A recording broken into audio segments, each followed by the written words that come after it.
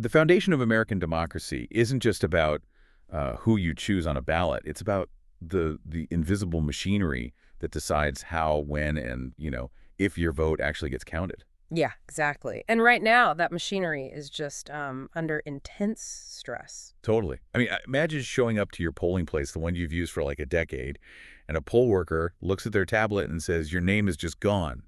You haven't moved, you haven't changed anything, but they tell you that you can't vote. Oh, that is, I mean, it's a terrifying prospect. It really is. And according to a new PBS poll, that exact scenario is now the #1 fear for 58% of Americans, which is just wild. Yeah, 58%. It perfectly captures the anxiety defining this exact moment we're in. Right, and what a moment it is. Today is April 5, 2026. And if you look at the national landscape right now, it basically feels like the dashboard warning lights are just flashing red everywhere. We're watching this massive legal and political war unfold across the country. We really are. The Trump administration just launched this sweeping fraud crackdown that heavily targets blue states. Yeah, sending federal agents to actually seize local election materials. Exactly.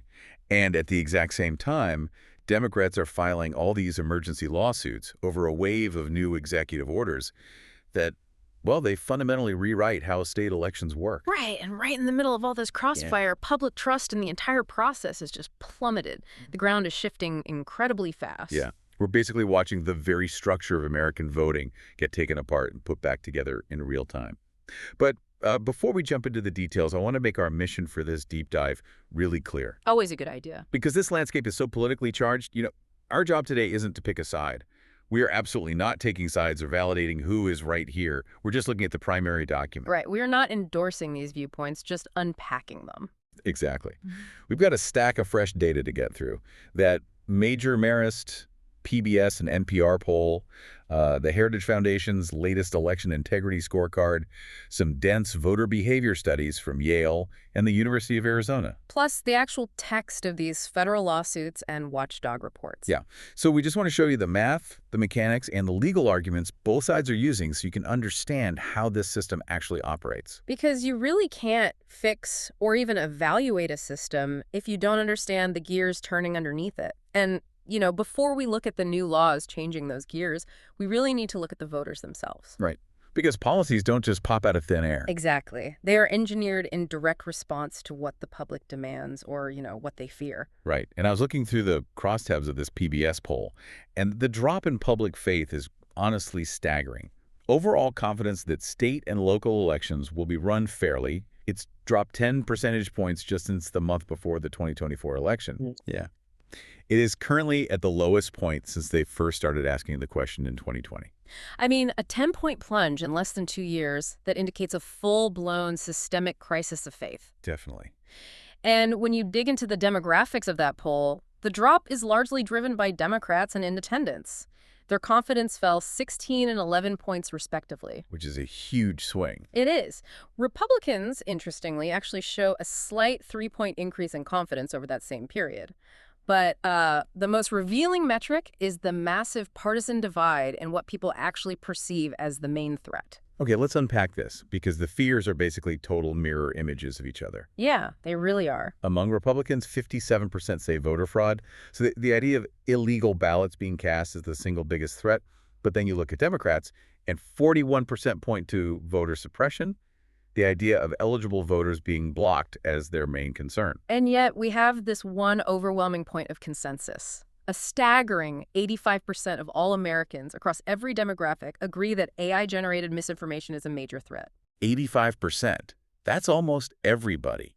Right. Everyone is universally terrified of fake digital content manipulating the narrative. It's just a toxic recipe. And if you connect this to the bigger picture, polling directors note that these specific fears aren't even necessarily driven by hard evidence or, recent court cases. They're largely driven by political messaging. Yeah, the messaging is powerful. It's like watching a championship game where half the fans think the referees are taking bribes and the other half are completely sure the scoreboard is hacked. How could you possibly play the game under those conditions? You can't. You eventually reach a breaking point. Political scientists actually use a specific term for this. They call it loser's consent. Loser's consent. What does that mean exactly? So in a functioning democracy, The people on the losing side of an election might be angry, they might be disappointed, but they accept the final result as legitimate. They agree to just, regroup and try again next time. Right, because they trust the math. Precisely. That fundamental psychological contract, losers consent, is currently fracturing. When you believe the system itself is rigged, whether by fake ballots slipping in or real voters being locked out, you have absolutely no rational reason to accept the final score. Yeah. And if the trust is totally broken like that, it makes sense why state governments are suddenly rushing to rewrite the rules. They're trying to build a system that their specific voters will actually trust. Exactly.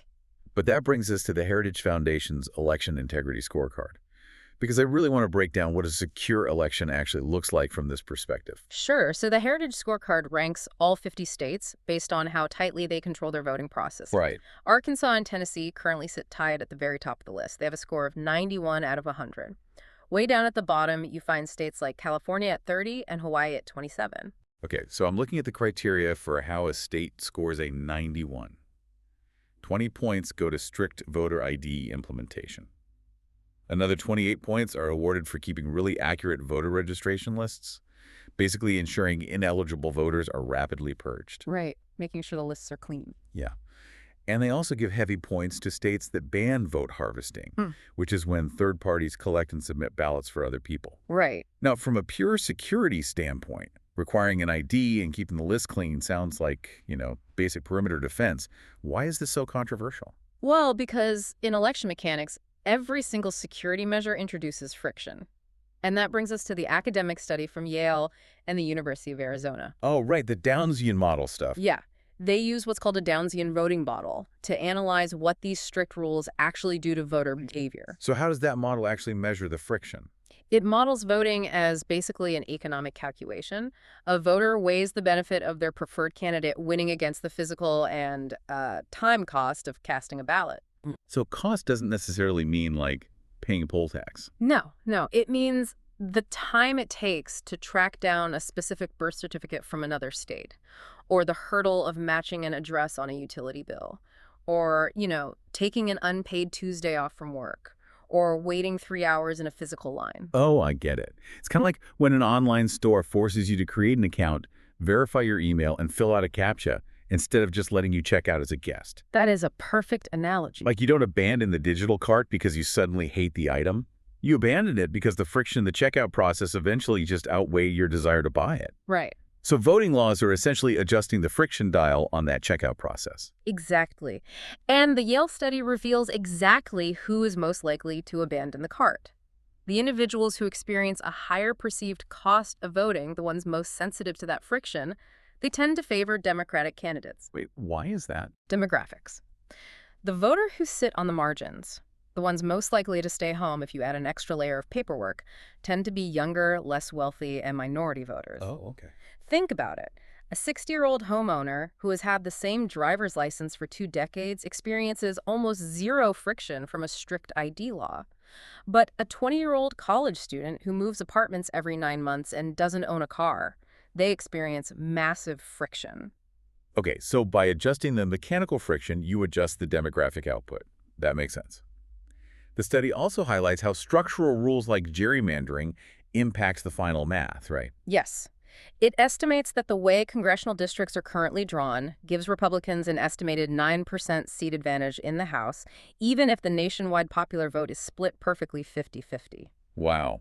That is a huge structural advantage built right into the map. It really is. But wait, looking at the data on the current Trump coalition, there's a really interesting contradiction here. If making voting harder traditionally blocks younger or working-class voters, Donald Trump is currently attracting huge numbers of those exact new, infrequent voters to the Republican Party, right? You've hit on the great irony of the 2026 landscape. Yeah. I mean, if I'm a campaign manager pushing for super strict voting rules, but my candidate relies on disaffected, infrequent voters, aren't these strict rules a double-edged sword?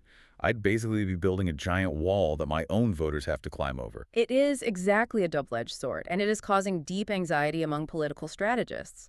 suppressing overall turnout by increasing that bureaucratic cost of voting, it could inadvertently lock out the really enthusiastic but maybe less organized supporters drawn to populist candidates. How fascinating. It's a prime example of how rigid policy shifts can trigger massive unintended consequences. You might secure the perimeter, but you accidentally lock your own army outside the gates. Wow. Okay, so if the state level is dealing with that much cross pressure, it really explains why the federal government is suddenly trying to step in and just override the process. Yeah, the battle is no longer just a state-by-state issue. We are watching a severe federal escalation. Right. The executive branch is using its power in some pretty unprecedented ways, like this new executive order titled Preserving and Protecting the Integrity of American Elections. Let's run through the mechanics of that order.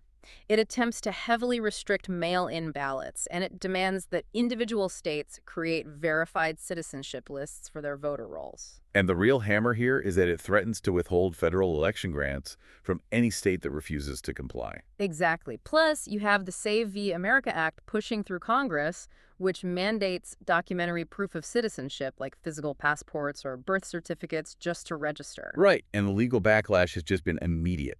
The Democratic Senatorial Campaign Committee, the DSCC, and several watchdog groups are suing.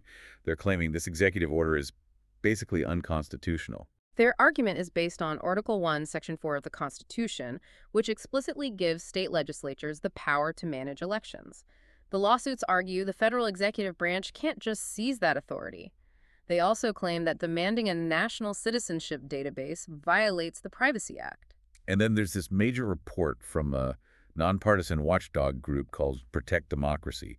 They label the administration's actions a deceive, disrupt, deny strategy. Right. And they point to some incredibly aggressive physical moves. We aren't just talking about, strongly worded letters. The FBI actually raided a county election office in Fulton County, Georgia, and seized local election materials. Yeah, and a physical raid on an election office has profound logistical consequences. When you seize servers and voting materials, you effectively paralyze that local infrastructure. I can imagine. And nonpartisan election workers face immense stress and intimidation from this. A lot of them simply quit their jobs, taking decades of institutional knowledge out the door with them. Which just creates a massive vacuum.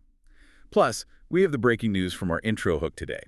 Trump just appointed J.D. Vance as the new fraud czar and is publicly celebrating a crackdown in blue states like California, Illinois, and New York. Yes, but when you read the fine print in the actual federal reports, the arrests in California were actually for healthcare and union fraud. There weren't even election fraud cases. right.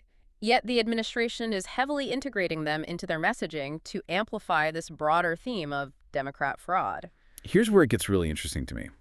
The Constitution explicitly leaves election management to the states. So what we're seeing now is kind of like the league commissioner suddenly stepping onto the field, taking the whistle from the refs, and just calling the plays directly. That's a great way to look at it. And the constitutional tension there is immense. Proponents of these actions argue they're absolutely necessary to stop non-citizen voting and restore faith in the system. They believe the federal government has a duty to secure the borders and ensure only eligible citizens decide American elections. Even though the academic sources show that non-citizen voting is statistically microscopic. Like, out of millions of votes cast in 2016, experts identified only about 30 documented cases of non-citizens voting nationwide. Yes, the occurrence is exceedingly rare, but the proponents argue that zero vulnerability should be the standard. Right. Critics, on the other hand, argue this is an unconstitutional power grab. They say the administration is intentionally manufacturing a climate of fear to intimidate local workers and centralize control of the voting process inside the White House. It's such an incredible flip-flop of traditional political philosophy. Yeah. Usually you see conservatives advocating for state rights and progressives pushing for federal standards. Yeah. But now you have a conservative administration demanding federal control over elections, and blue states furiously defending their state rights to manage their own ballots. The roles have definitely reversed. So all of these federal lawsuits, the state scorecards, the public fears, the sources show they're all converging on one massive focal point, the 2026 midterms. Yes. But a deep dive analysis in the fulcrum reveals that the 2026 elections aren't really just about 2026. What do you do? They are entirely about laying the groundwork for the 2028 presidential election. And to understand why, we have to look back at a law passed in 2022 called the Election Count Reform Act, or the ECRA. Okay, I was reading through the ECRA timeline, and the part that stood out to me is this intense pressure cooker it creates for the legal system. Right. It was designed to clarify ambiguities in an older law, but it established a very strict procedural timeline. Under the ECRA, the governor of a state is granted the ultimate authority to submit the final certified slate of presidential electors to Congress. So the governor holds the pen. Exactly. And the law creates a highly compressed 36-day window after Election Day for courts to resolve any disputes over the vote count. Once that 36 days is up, the governor's slate is locked in. Wow. Let's just walk through what a 36-day legal battle looks like logistically. If a presidential election is incredibly close, campaigns will be filing dozens of lawsuits, right? Demanding recounts, challenging batches of ballots. Oh, absolutely. Pushing all of that complex litigation through trial courts, appellate courts, and the Supreme Court in barely a month? That sounds like a logistical nightmare. It is an almost impossible legal sprint, and that is exactly why the 2026 midterms are so critical. The sources map out what they call a narrow pathway to 2028. Okay. Whichever party wins the governor's mansions in the 2026 midterms in key swing states like Michigan, Pennsylvania, Wisconsin, Arizona, and Nevada will literally control the certification machinery during that 36-day sprint in 2028. So what does this all mean for the listener? You're saying that the people we elect in the 2026 midterms are basically the gatekeepers for the 2028 presidential election. That is exactly what the data suggests. The voters are picking the referee who holds the final whistle. That is wild. And there is one more structural layer here. Analysts warn that upcoming Supreme Court rulings could potentially weaken the Voting Rights Act. If that happens, it's going to trigger a frantic wave of partisan gerrymandering right before the 2026 vote as legislatures redraw districts to lock in power. So it's just this massive domino effect. Let's pull all these threads together because the scope of what we're looking at is historic. It's a total architectural redesign of American elections. Yeah. The polling data proves voters are terrified. State governments are fundamentally rewriting voting access to adjust the friction of voting. The federal government is launching unprecedented legal raids to bulldoze state management. And the 2026 midterms are quietly setting the chessboard for 2028. The invisible machinery has just never been under this much stress from this many angles. And why does this matter to you, the listener? Whether you're cramming for a political science debate or you just want to know if the ballot you cast will actually be counted. Understanding this invisible machinery empowers you. It lets you see past the campaign ads and recognize how the system actually works. Right. You can't protect your rights if you don't know the rules of the game being played. Exactly. So we've covered the friction, the state scorecards, and the ECRA timeline. But based on the sources, there's one final variable hanging over all of this. And it brings us back to the one fear that unites everyone. Remember, 85% of Americans are terrified of AI-generated misinformation. Right. So consider this. Imagine an incredibly close election in 2028. Now, inject a flood of hyper-realistic AI-generated fake videos of ballot stuffing flooding social media on Election Day. Oh, man. If that digital chaos collides with a brutal 36-day court battle overseen by hyper-partisan governors, will the American public ever universally accept an election result again? Or has the era of the undisputed winner permanently come to an end? If the scoreboard looks hacked and half the stadium thinks the referees are rigging the plays, someone still has to hand out the championship trophy at the end of those 36 days. The terrifying question isn't just who gets the trophy, it's whether a single person in the stands will actually believe they won the game.